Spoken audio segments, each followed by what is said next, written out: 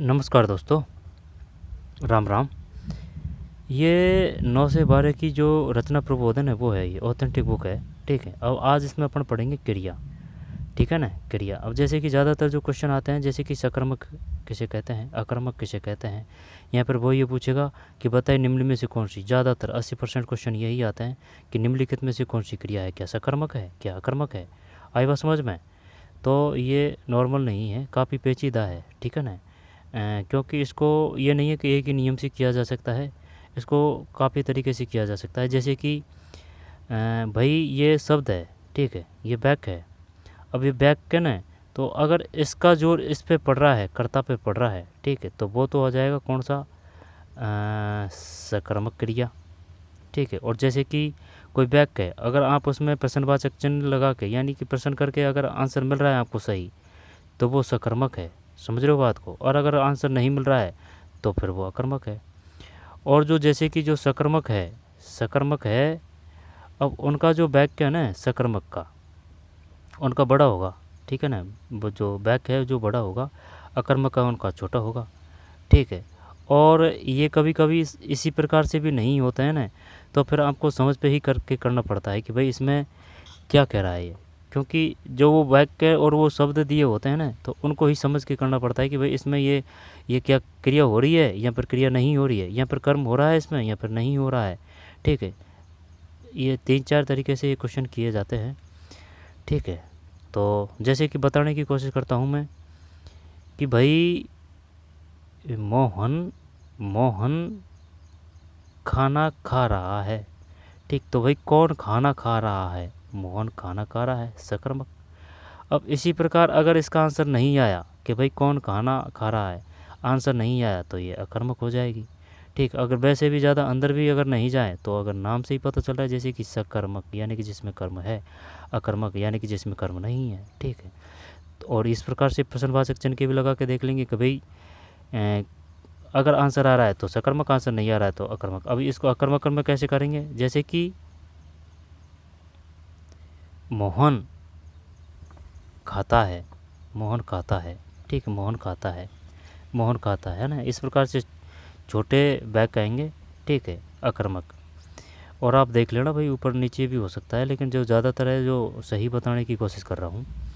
ठीक है, अब कभी कभार ये सब नियमों से नहीं होते हैं, क्योंकि जो कम से कम 2000 के लगभग, 15 से यहाँ पर 2000 के लगभग हिंदी व्याकरण के क्वेश्चन, 2 या 3000 के लगभग हिंदी व्याकरण के क्वेश्चन निकाल चुके हैं। ठीक है, उनके हिसाब से बताने की कोशिश कर रहा हूँ मैं। अब जैसे कि कभी कभार ये जो सब नियम है ये धरे के धरे रह जाते हैं। ठीक है, इनसे भी क्वेश्चन नहीं होता है। ठीक, इस प्रकार के नियमों से कभी कभी वो समझ पे ही करना पड़ता है कि भाई इसमें क्या क्रिया हो रही है, यहाँ पर क्रिया नहीं हो रही है। ठीक, वो समझ के ही करने पड़ते हैं।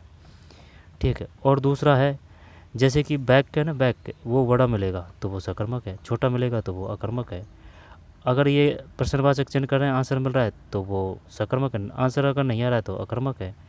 ठीक है, इसके बाद में यही है।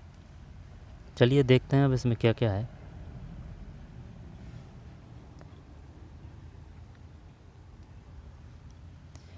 क्रिया।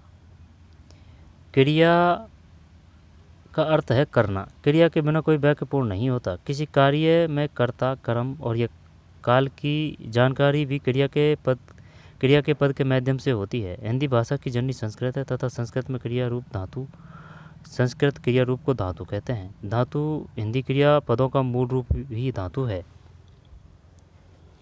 धातु हिंदी क्रिया पदों का मूल रूप ही धातु है। ठीक है, धातु में ना जोड़ने से हिंदी के क्रियापद बनते हैं, जैसे कि पढ़ ना, पढ़ प्लस ना, उठ है प्लस ना, उठना। ठीक है, क्रिया और धातु एक ही बात है। धातु हिंदी क्रियापदों का मूल रूप ही धातु किसे कहते हैं? हिंदी क्रियापदों का मूल रूप ही धातु है। धातु में ना जोड़ने से हिंदी के क्रियापद बनते हैं। और ये जो धातु है ना, धातु यानी कि मूल शब्द है। मूल शब्द आपको अगर छांट लिया ना तो संधि सही हो जाएगी, प्रत्यय सही हो जाएगा, उपसर्ग सही हो जाएगा। ठीक, लेकिन वो छांटे तो अलग अलग करें अगर मूल शब्द, तो तभी कर पाएंगे जब उसका सही अर्थ हो। ऐसे नहीं है कि चाहे ऐसे ही उठा के और निकाल दिया कि चलो भाई ये मूल शब्द निकाल दिया अपन ने, तो गलत जाएगा वो। धातु पढ़ना, उठना आदि। परिभाषा, जिस शब्द से किसी कार्य के करने या होने का बोध होता है उसे क्रिया कहते हैं। क्रिया के भेद, ठीक, उसे क्रिया कहते हैं। क्रिया के भेद, क्रिया के भेद क्या हैं? एक तो ये है सकर्मक क्रिया और अकर्मक, काफ़ी फेमस है ये, है ना। अकर्मक का मतलब क्या है? अकर्मक का मतलब है एक कर्म और द्विकर्म। अच्छा, अकर्मक एक कर्म और द्विकर्म, ठीक है भाई। कर्म के आधार पर तो ये हो चुकी है, और रचना के आधार पर किसके प्रकार हैं? इसके एक रचना के आधार पर हैं क्रिया के भेद। यानी कि अगर बात देखी जाए ना, तो जो क्रिया के जो भेद हैं वो 3 है। एक तो ये हो जाएगा कर्म के आधार पर, दूसरा ये हो जाएगा संरचना के आधार पर, और 3 ये हो जाएगा काल के आधार पर। और कोई है? और कोई नहीं है। तो कर्म के आधार पर, संरचना के आधार पर, काल के आधार पर। कर्म में सकर्मक और अकर्मक है। अकर्मक भी 2 में है, एक कर्म और द्विकर्म। संरचना के आधार पर आइए भाई। अब जैसे कि यहाँ से भी क्वेश्चन आता है, ज़रूर नहीं है कि आपसे ये सकर्मक और अकर्मक ही पूछेगा। आई बात समझ में? वो ये भी पूछता है, बताइए किसमें संयुक्त क्रिया का उदाहरण कौन सा है, नाम धातु क्रिया का कौन सा है, प्रेरणार्थक क्रिया का उदाहरण कौन सा है। वैसे जो शब्द आएगा ना उससे ही पता चल जाएगा, जहाँ तक क्वेश्चन आते हैं यहाँ से। पूर्वकालिक क्रिया किसे कहते हैं? कृदंत क्रिया किसे कहते हैं? तो संयुक्त क्रिया, नाम धातु क्रिया, प्रेरणार्थक क्रिया, नाम से ही पता चल रहा है ना। ये प्रेरणात्मक में समझ में आ रही है बात, पूर्वकालिक भी आ रही है बात, लेकिन ये नाम धातु समझ में नहीं आ रही है, और एक ये कृदंत क्रिया। ठीक, तो ये कितने हैं? 4 है। संयुक्त नाम धातु 5 है। संयुक्त नाम धातु, प्रेरणार्थक, पूर्वकालिक, कृदंत। अब काल के आधार पर आइए भाई। काल के आधार पर तो काल है, तो काल के ये 3 हैं। जैसे कि भूतकालिक क्रिया है, वर्तमान कालिक क्रिया है, भविष्यकालिक क्रिया है। आई बात समझ में? सकर्मक, अकर्मक, अकर्मक को भी 2 में बांटा है। संरचना के आधार को 5 में बांटा है। कौन कौन से? संयुक्त है, नाम धातु है, प्रेरणार्थक है, पूर्वकालिक है, और कृदंत है। ठीक है। रामचनी संप्रदाय की रचना किसने की थी? रामचरण जी है, रामचरण जी।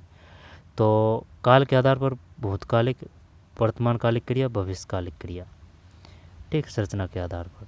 चलिए एक को लेते हैं कर्म के आधार पर। क्रिया शब्द का फल जिस पर पड़ रहा है, क्रिया शब्द का फल जिस पर पड़ रहा है वह किसे प्रभावित कर रहा है? इस आधार पर किया जाने वाला भेद कर्म के आधार पर क्रिया के भेद के अंतर्गत आता है। पहला ही है ना ये, कर्म के आधार पर, पहला ही है ये, कर्म के आधार पर। सकर्मक, अकर्मक, अंदर जाने की जरूरत नहीं है। यानी कि कर्म आ रहा है तो सकर्मक, कर्म नहीं आ रहा है तो अकर्मक। ठीक है। तो कर्म के आधार पर क्रिया शब्द का फल जिस पर पड़ रहा है वह किसे प्रभावित कर रहा है, इस आधार पर किया जाने वाला भेद कर्म के आधार पर क्रिया के भेद के अंतर्गत आता है। इस आधार क्रिया के प्रमुख 2 भेद हैं, सकर्मक स अर्थात सहित। अतः सकर्मक का अर्थ है कर्म के साथ। परिभाषा, जिस क्रिया का फल कर्ता को छोड़कर, जैसे कि ये वाक्य है, जिस क्रिया का फल कर्ता को छोड़कर कर्म पर पड़े वह सकर्मक क्रिया कहलाती है। ठीक, अपन ने ये उल्टे तरीके से याद कर रखा है ना, और उससे ही सही रहेगा। ठीक है। जैसे कि ये कह रहा है क्रिया का फल कर्ता को छोड़कर कर्म पर पड़े। ठीक है। जैसे कि ये वाक्य है, कर्ता यहाँ आएगा, है ना।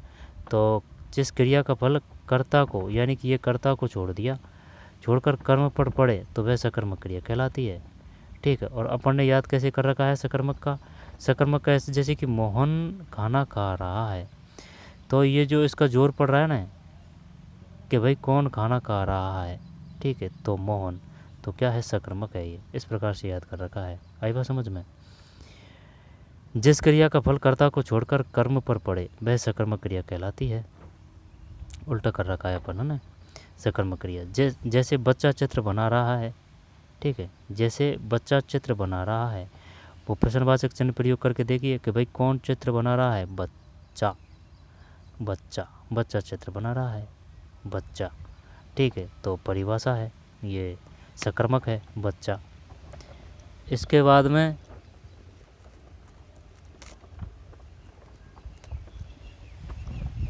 बाद में अब यदि प्रश्न किया जाए कि बच्चा क्या बना रहा है, ठीक है, दे रखा है इसने। अब यदि प्रश्न किया जाए कि बच्चा क्या बना रहा है, बच्चा चित्र बना रहा है, तो उत्तर होगा चित्र। यदि प्रश्न किया जाए कि बच्चा क्या बना रहा है, इसमें ना चक्कर पड़ेगा भाई, चक्कर इस वजह से पड़ेगा ना, एक तो ये एकदम बढ़िया बड़ा चैप्टर है, भाई बात समझ में। और दूसरी बात, कभी कभी ये जो नियम है ना, ये धरे के धरे रह जाते हैं, वो समझ के आधार पे भी करने पड़ते हैं। ठीक, अब जैसे कि ये कह रहा है, अब जैसे कि आप प्रश्नवाचक चिन्ह करेंगे ना, प्रश्नवाचक का प्रयोग, तो ऐसे नहीं है कि आप उसको चार चाहीं लगा के प्रयोग कर दें। ठीक है, वो भी तरीके से ही करना पड़ेगा, तभी जाके क्वेश्चन सही होगा। अब यदि प्रश्न किया जाए कि बच्चा क्या बना रहा है, बच्चा चित्र बना रहा है, तो भाई कौन बना रहा है ना, यहाँ पर बच्चा क्या बना रहा है, चित्र बना रहा है। गीता सितार बजा रही है, तो अब है ना, एक तो ये दे दिया इसने। अब यदि प्रश्न किया जाए कि बच्चा क्या बना रहा है ना, क्या बना रहा है, ये प्रयोग कर दिया इसने इसके हिसाब से। अब इसके बाद में ये प्रश्नवाचक का प्रयोग कहाँ कर रहा है, कर्म में। तथा गीता क्या बजा रही है, गीता क्या बजा रही है, उत्तर होगा सितार, तो कर्म। अच्छा, तो क्या इसी प्रकार से करें अपन कर्म का, ये जो प्रश्नवाचक चिन्ह का प्रयोग है कि बच्चा चित्र बना रहा है, ठीक है, तो भाई क्या किया है, बच्चा क्या बना रहा है, बच्चा क्या बना रहा है, चित्र, और गीता सितार बजा रही है, तो कौन सितार बजा रही है, गीता, तो सकर्मक। ये भी अपना भी सही है, ठीक, और यही सही बेस्ट रहेगा, क्योंकि फिर जो अपन ये कर्म को कैसे ढूंढ पाएंगे। ठीक, अब है ना, ये तो समझ में आ रही है बात, इसमें तो कोई दोहराए नहीं है। लेकिन ये है ना, ये जो उदाहरण है, ये समझ में नहीं आ रहा है भाई, बच्चा चित्र बना रहा है। अब ऐसे हो जाए तो ठीक है, नहीं बनना इन सब को छोड़ के अपन इस ऐसे भी कर सकते हैं सीधा सट, जैसे कि चित्र बना रहा है, भाई कर्म हो रहा है ना, बजा रही है, कर्म हो रहा है ना, ठीक है, ऐसे। ठीक, अब लेकिन इसका आक्रमक किस प्रकार से हो जाएगा, बच्चा चित्र बनाता है, बच्चा चित्र बनाता है, बच्चा चित्र बनाता है, अकर्मक हो जाएगा ये शॉर्ट रूप में, छोटा है ना। चल देखते हैं, दोबारा से देखते हैं। सकर्मक क्रिया, स अर्थात सहित, अतः सकर्मक। मैंने पहले तो ये क्या बताया आपको, जैसे कि कोई बैक है, अब उसमें जैसे कि उसका अगर जोर इस पर पड़ रहा है कर्ता पे, तो वो तो सकर्मक है, उल्टा तरीके से याद कर रखा है। ठीक, और अगर उसका आंसर आ रहा है तो वो सकर्मक है, आंसर नहीं आ रहा है तो अकर्मक है। ठीक है, उसका जो वाक्य है वो बड़ा होगा, अकर्मक में वाक्य छोटा होगा, जैसे कि वह जाता है। ठीक, तो ये अकर्मक है ना, कि मैं हूँ जा रहा है ना, ये सकर्मक है, इस प्रकार से। और अगर इन सभी से भी अगर वह नहीं बैठे सिस्टम, तो आप डायरेक्ट समझ पे करें, जैसे कि बच्चा चित्र बना रहा है, कर्म हो रहा है ना, ठीक है। गीता सितार बजा रही है, भाई कर्म हो रहा है ना, तो ठीक है, आई बात समझ में। क्योंकि वो जो ऑप्शन देगा ना सकर्मक का और अकर्मक का, तो अकर्मक का भी ऑप्शन इसी प्रकार से देगा, दिमाग को गुमराह करने के लिए। ये है, आगे चलते हैं। बच्चा चित्र बना रहा है, गीता सितार बजा रही है। अब यदि प्रश्न किया जाए कि बच्चा क्या बना रहा है, तो उत्तर होगा चित्र, कर्म, तथा गीता बजा रही है, तो उत्तर होगा सितार, कर्म। सकर्मक क्रिया के दो भेद, एक कर्मक, जिस वाक्य में क्रिया के, ठीक है, इसको भी उदाहरण को ध्यान रखना भाई, ठीक है। जैसे कि बच्चा चित्र बना रहा है, तो प्रश्नवाचक चिन्ह का प्रयोग कैसे करना है, क्या बना रहा है, चित्र बना रहा है, क्या बजा रही है, सितार बजा रही है, ठीक है। और जैसे कि अगर इस प्रकार से किया जाए तो, कि भाई कौन सी सितार बजा रही है, गीता सितार बजा रही है, तो भी सकर्मक हो जाएगा, गीता। अगर इस प्रकार से भी नहीं हो, तो फिर बजा रही है, बना रहा है, कर्म आ रहा है। एक कर्म, जिस वाक्य में क्रिया के साथ एक कर्म प्रयुक्त हो, उसे एक कर्मक क्रिया कहते हैं। जैसे माँ पढ़ रही है, एक कर्मक, या माँ पढ़ रही है, या माँ के द्वारा एक ही कर्म पढ़ना हो रहा है, एक कर्मक। अकर्मक का भी देखना वो होगा ना, द्विकर्मक क्रिया। जिस वाक्य में क्रिया के साथ दो कर्म प्रयुक्त हो उसे द्विकर्मक क्रिया कहते हैं। अब चक्कर तो यही पड़ रहा है भाई, इसकी बात मान ली अपन ने, ये जो कह रहा है ना इसकी बात मान ली अपन ने, ठीक है भाई, कि ये दे दिया इसने अपन को उदाहरण, बच्चा चित्र बना रहा है और गीता सितार बजा रही है। लेकिन जैसे कि अब प्रयोग कर लिया, क्या कहा कि बच्चा क्या बना रहा है। अगर उसने बड़ा वाक्य दे दिया, बड़ा वाक्य दे दिया, तो फिर किस प्रकार से क्या क्या क्या का प्रयोग करेंगे, तो वो इस प्रकार से नहीं हो सकता, जो ये जो क्या क्या प्रयोग उससे नहीं हो सकता, वो समझ से ही करना पड़ेगा आपको। आई बात समझ में। द्विकर्मक, जिस वाक्य में क्रिया के साथ दो कर्म प्रयुक्त हो उसे द्विकर्मक क्रिया कहते हैं।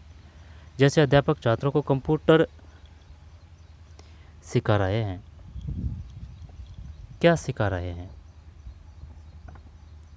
तो कंप्यूटर, ठीक है भाई, अध्यापक छात्रों को कंप्यूटर सिखा रहे हैं, तो क्या सिखा रहे हैं, कंप्यूटर। कहाँ प्रयोग करना है, बीच में, कंप्यूटर सिखा रहे हैं। क्या सिखा रहे हैं, कंप्यूटर।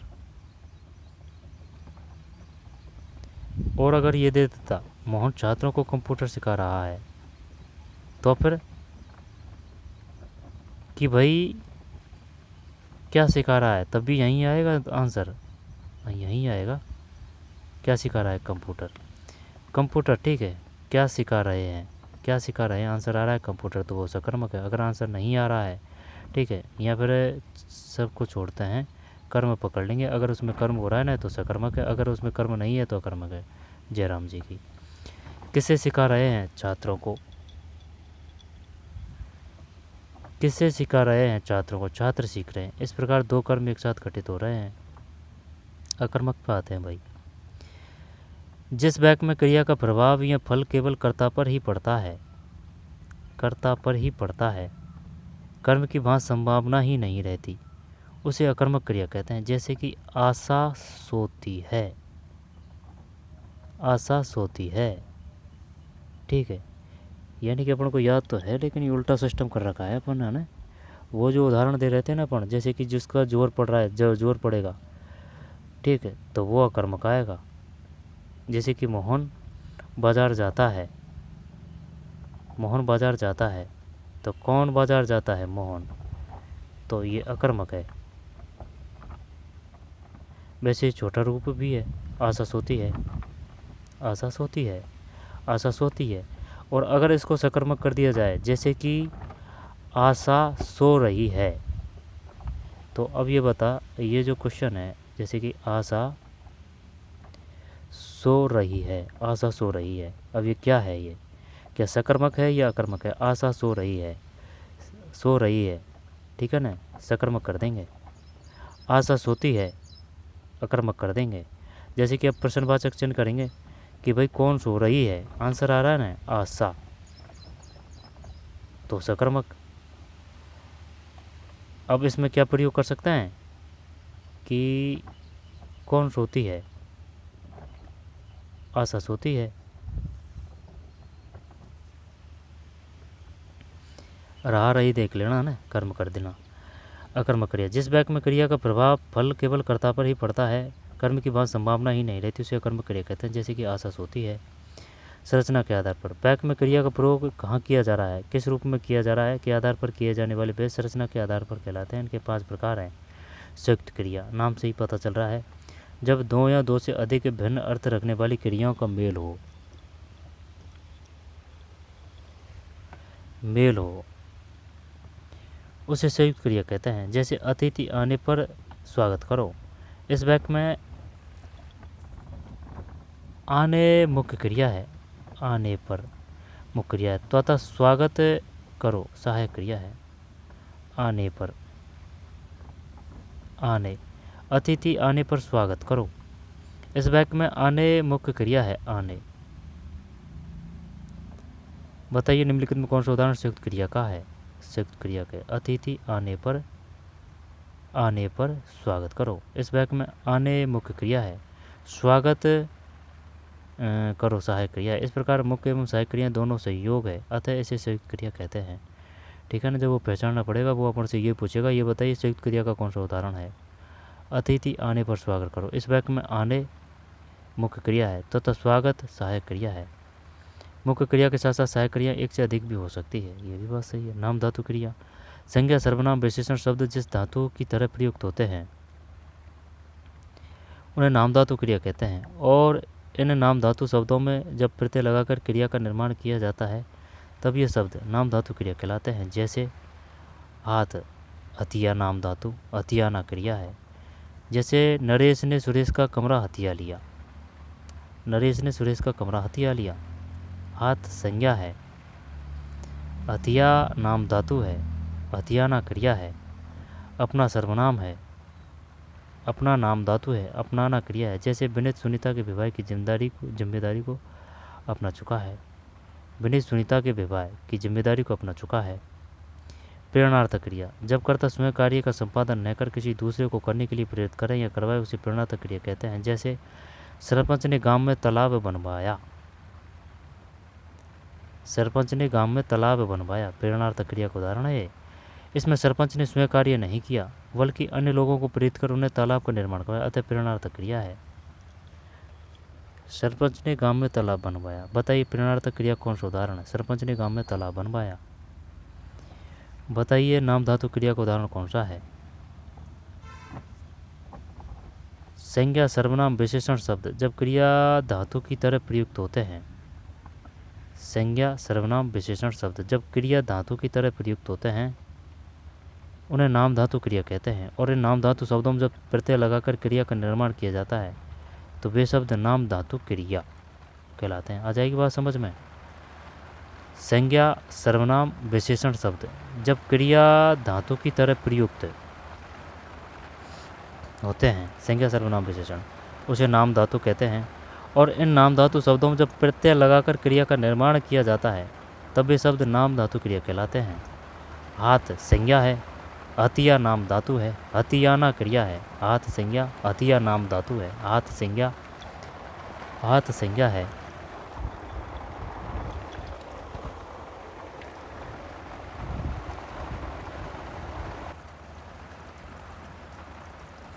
नाम धातु क्रिया किसे कहते हैं? वो पूछेगा। नाम धातु क्रिया, संज्ञा सर्वनाम विशेषण शब्द जब क्रिया धातु की तरह प्रयुक्त होते हैं उन्हें नाम धातु क्रिया कहते हैं, और इन नाम धातु शब्दों में जब प्रत्यय लगाकर क्रिया का निर्माण किया जाता है तब वे शब्द नाम धातु क्रिया कहलाते हैं। जैसे हाथ संज्ञा, ठीक, हाथ संज्ञा है, हथियाना नाम धातु है, हथियाना क्रिया। नरेश ने सुरेश का कमरा हथिया लिया। अपना सर्वनाम, अपना नाम धातु, अपनाना क्रिया। जैसे विनीता सुनीता के विवाह की जिम्मेदारी को अपना चुका है, नाम धातु क्रिया। प्रेरणार्थक क्रिया नाम से ही पता चल रहा है। सरपंच ने गांव में तालाब बनवाया, ठीक है। बोधेगा कि बताइए निम्न कौन सा प्रेरणार्थक क्रिया का है? बताइए निम्न कौन सा नाम धातु? अब प्रेरणार्थक क्रिया तो कर देंगे लेकिन ये दिक्कत है, ये याद नहीं है। नाम धातु, संज्ञा सर्वनाम विशेषण शब्द जब क्रिया धातु की तरह प्रयुक्त होते हैं उन्हें नाम धातु क्रिया कहते हैं, और इन नाम धातु शब्दों में जब प्रत्यय लगाकर क्रिया का निर्माण किया जाता है तब ये शब्द नाम धातु क्रिया कहलाते हैं। जैसे कि हाथ संज्ञा है, हथिया नाम धातु है, हथियाना क्रिया है, अपना सर्वनाम है, अपना, अपना सर्वनाम, अपना नाम धातु, अपनाना क्रिया। प्रेरणार्थक पूर्वकालिक क्रिया जब किसी वाक्य में दो क्रियाएं प्रयुक्त हुई हो या उनमें एक ही क्रिया दूसरी क्रिया से पहले संपन्न हुई हो तो पहले संपन्न होने वाली क्रिया पूर्वकालिक क्रिया कहलाती है, ठीक है। इन क्रियाओं पर लिंग, वचन, पुरुष काल आदि का कोई प्रभाव नहीं पड़ता। ये अव्यय तथा क्रिया विशेषण के रूप में प्रयुक्त होती है। मूल धातु में कर लगाने से सामान्य क्रिया को पूर्वकालिक क्रिया का रूप दिया जा सकता है। बलवीर खेलकर पढ़ने बैठेगा, ठीक है, वह पढ़कर सो गया, यानी कि एक क्रिया होने के बाद माने नाम से ही पता चल रहा है, कर देंगे। इन वाक्यों में खेलकर मूल धातु प्लस कर एवं पढ़कर मूल धातु प्लस कर पूर्वकालिक क्रिया कहलाएगी। पूर्वकालिक क्रिया एक रूप तात्कालिक क्रिया भी है। इसमें क्रिया के समाप्त होते ही तत्कालिक दूसरी क्रिया घटित होती है। धातु ते से है, इस क्रिया पद का निर्माण होता है। जैसे पुलिस के आते ही, है ना, कर देंगे इसको तो पूर्वकालिक क्रिया। इसमें आते ही तत्कालिक क्रिया है। कृदंत क्रिया कैसे कहते हैं ये बताइए भाई। कृदंत, ये नहीं जानते कृदंत क्रिया क्या है? क्रिया शब्दों में जुड़ने वाले प्रत्यय कृत्य प्रत्यय कहलाते हैं। क्रिया शब्दों में जुड़ने वाले, क्रिया शब्दों में जुड़ने वाले प्रत्यय, क्रिया शब्दों में जुड़ने वाले प्रत्यय कृत्य प्रत्यय कहलाते हैं। तथा कृत्य प्रत्ययों के योग से बने शब्द कृदंत कहलाते हैं। दोबारा से देखते हैं। कृदंत क्रिया, क्रिया शब्दों से जुड़ने वाले शब्द, जुड़ने वाले प्रत्यय, क्रिया शब्दों से जुड़ने वाले प्रत्यय कृत्य प्रत्यय कहलाते हैं तथा कृत्य प्रत्ययों के योग से बने शब्द कृदंत कहलाते हैं। कृत्य प्रत्ययों के योग से बने शब्द कृदंत कहलाते हैं। दोबारा से देखिए, बार बार देखिए। कृदंत क्रिया, क्रिया शब्दों में जुड़ने वाले प्रत्यय, ठीक है, कृत्य प्रत्यय कहलाते हैं तथा कृत्य, वैसे कृत्य से क्रिया का भी पता चल रहा है लेकिन वो बाद में जोड़ेंगे, है ना, कि योग से बने शब्द कृदंत कहलाते हैं। क्रिया शब्दों के अर्थ में प्रत्यय योग से बनी क्रिया कृदंत क्रिया कहलाते हैं। क्रिया और कृदंत क्रिया, चल, चलना, ठीक, ये तो क्रिया है, चल और लिख, ठीक, ये क्रिया है, इसमें कोई दो राय नहीं है। तो कृदंत क्रिया क्या बना दी जाएगी, पूछ सकता है वो, बताइए कौन सा कृदंत क्रिया का उदाहरण है। चलना, चलता, चलकर, लिखना, लिखता, लिखकर, चलना, चलता, चलकर, लिखना, लिखता, लिखकर, लिखना, लिखता, लिखकर। तो चलना, चलता, चलकर, चलना, चलता, चलकर, लिखना, लिखता, लिखकर। काल के आधार पर, जिस काल में क्रिया संपन्न होती है उसके अनुसार क्रिया के 3 भेद है। भूतकालिक क्रिया, क्रिया का वह रूप जिसके द्वारा बीते समय कार्य संपन्न होने का बोध हो, भूतकालिक क्रिया कहलाती है। जैसे वह विदेश चला गया, उसने बहुत मधुर गीत गाया। वर्तमान कालिक क्रिया, क्रिया का वह रूप जिसे वर्तमान समय में कार्य के संपन्न होने का बोध होता है, वर्तमान कालिक क्रिया कहलाती है। जैसे गीता हॉकी खेल रही है, गीता हॉकी खेल रही है, विमल पुस्तक पढ़ रहा है, गीता हॉकी खेल रही है, विमल पुस्तक पढ़ रहा है। वर्तमान कालिक क्रिया, भूतकालिक वह विदेश चला गया, उसने बहुत मधुर गीत गाया, भूतकालिक है, बहुत मधुर गीत गाया, भूतकालिक। वर्तमान कालिक, भविष्यकालीन, नाम से ही पता चल रहा है। क्रिया का वह रूप जिसके द्वारा आने वाले समय में कार्य के संपन्न होने का बोध हो, भविष्यकालिक क्रिया कहलाती है। कहते हैं जैसे गर्मी छुट्टियों में कश्मीर जाएंगे, दिनेश निबंध प्रतियोगिता में भाग लेगा। ये है भाई साहब, क्या है ये, क्रिया है, ठीक है ना। तो ये जो सभी बात हैं इनको ध्यान रखना है, ठीक है। और जो सीधा सट और जो मेन जो मूल उद्देश्य है, ठीक है, वो ये ध्यान रखना है। जैसे कि अगर सकर्मक अगर देगा ना वो और अकर्मक अगर देगा ना, तो इन सब से करके देख लीजिए। अगर ये भी नहीं है तो पहले अपने ना ये जुड़ते जुड़ते ये करने की कोशिश करना, वो वाक्य उसको समझना पूरे को, ठीक है ना। उस पर खुद पे घटा के देखना कि भाई अगर इसमें अगर कर्म हो रहा है, अगर उसमें कर्म हो रहा है ना तो वो सकर्मक है, अगर उसमें अगर कर्म नहीं हो रहा है ना तो वो अकर्मक है, ठीक है। तो चलिए मिलते हैं कोई और वीडियो में ना। क्रिया का था ये, सकर्मक अकर्मक। इसके बाद में ये क्या आ जाएगा, कृदंत क्रिया किसे कहते हैं, भविष्यकालिक क्रिया, वर्तमान क्रिया, भूतकालिक क्रिया काल के आधार पर, ठीक है, पूछ सकता है वो। कृदंत क्रिया किसे कहते हैं, नाम धातु क्रिया किसे कहते हैं, नाम धातु क्रिया का कौन सा उदाहरण है, पूर्वकालिक क्रिया कौन सा है, प्रेरणार्थ क्रिया कौन सा है, ठीक, संयुक्त क्रिया किसके कहते हैं, अकर्मक क्रिया, अकर्मक सकर्मक से तो आता ही है, ठीक है। कर्म के आधार पर सकर्मक अकर्मक क्रिया, संरचना के आधार पर 5 है, संयुक्त, नाम धातु, प्रेरणार्थक, पूर्वकालिक, कृदंत, और वर्तमान, भूतकालिक, वर्तमान, भविष्य काल के आधार पर। तो चलिए मिलते हैं कोई और वीडियो में, धन्यवाद।